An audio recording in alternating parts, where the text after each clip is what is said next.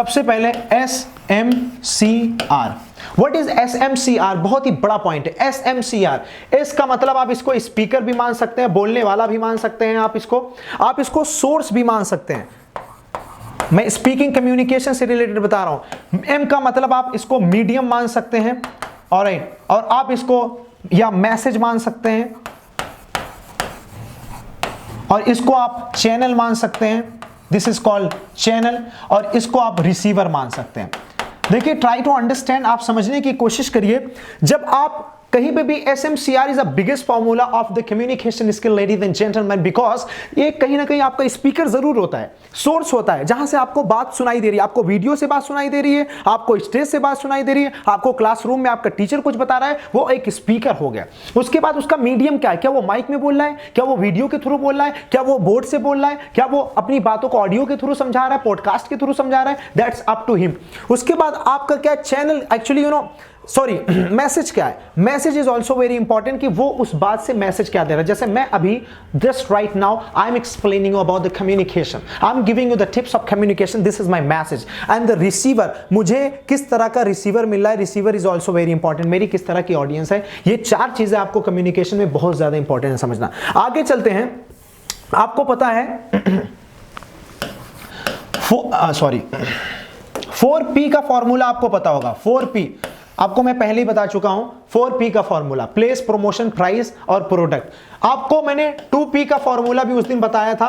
2P का formula का मतलब होता है पार्टी एंड परफॉर्मेंस। परफॉर्मेंस दो फिर पार्टी लो। लेकिन मैं आज आपको 7C का फॉर्मूला बताने वाला हूं।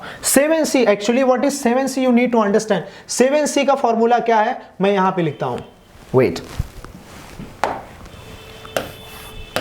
7C formula.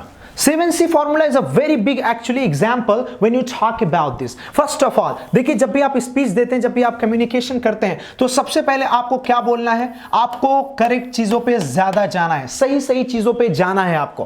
करेक्ट के बाद आपको उस चीज को क्लियर बोलना है, सही तरीके से साफ साफ रूप में बोलना है। एक्चुअली क्लियर के बाद आपको उसको कंसाइज रखना है। कंसाइज का मतलब आपको ऐसी ब्रीफिंग देनी है कि आपको कम शब्दों में ज्यादा से ज्यादा आप नॉलेज दे पाए। उसके बाद आपको क्या करना है? कंसिस्टेंट रखना है। Actually consistent is also very important, consistency is also very important. आपको करेक्ट रखना है, क्लियर रखना है, कंसाइज रखना है, कंसिस्टेंट रखना है, और आपको कोहेरेंट रखना है।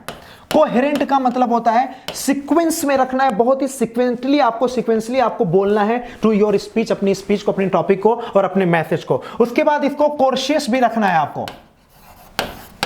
आपको कोर्शियस भी रखना है। कोर्शियस का मतलब अपने आप को बहुत ही पोलाइट रखना है, बहुत ही नरम रखना है, बहुत ही हम्बल रखना है। आपको करेक्ट भी करना है, क्लियर भी करना है, कंसाइज भी करना है, कंसिस्टेंट भी रखना है, कोहेरेंट भी रखना है और कोर्शियस भी रखना है। ये आपके लिए बहुत ही इंपॉर्टेंट मैसेज है। I am just telling you as a speaker, I am telling you as a communicator, this is very important message, right?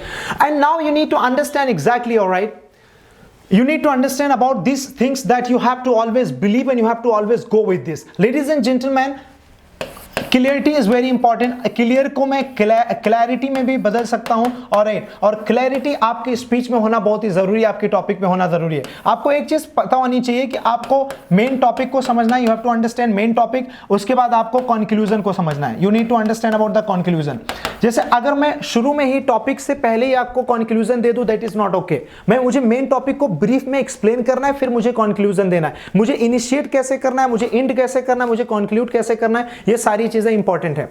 Last में मैं आपको बताते बताते चलूं कि when we talk, when we speak, we give a message. When we speak, we give a motivation. When we speak, people are listening us. When we speak, people are there to just judge us. When we speak, people are there to notice us. When we speak, people are there to receive us. And that's why it is a big responsibility as a speaker, as a teacher, as a trainer, that we need to understand about these things exactly, right? We have to be cautious, we have to be coherent, we have to be consistent, and we have to be clear, and we have to be correct always, and we have to always be dynamic speakers so that we can motivate 1,000 and lakhs of the people. This is really very important. I hope, मैं उम्मीद करता हूं this video of the communication skill was very very profitable for you, and this will help you regarding your communication skill. Ladies and gentlemen, have a good day and best of life, and see you in the next video, ladies and gentlemen. Thank you very much. Bye bye. Take care.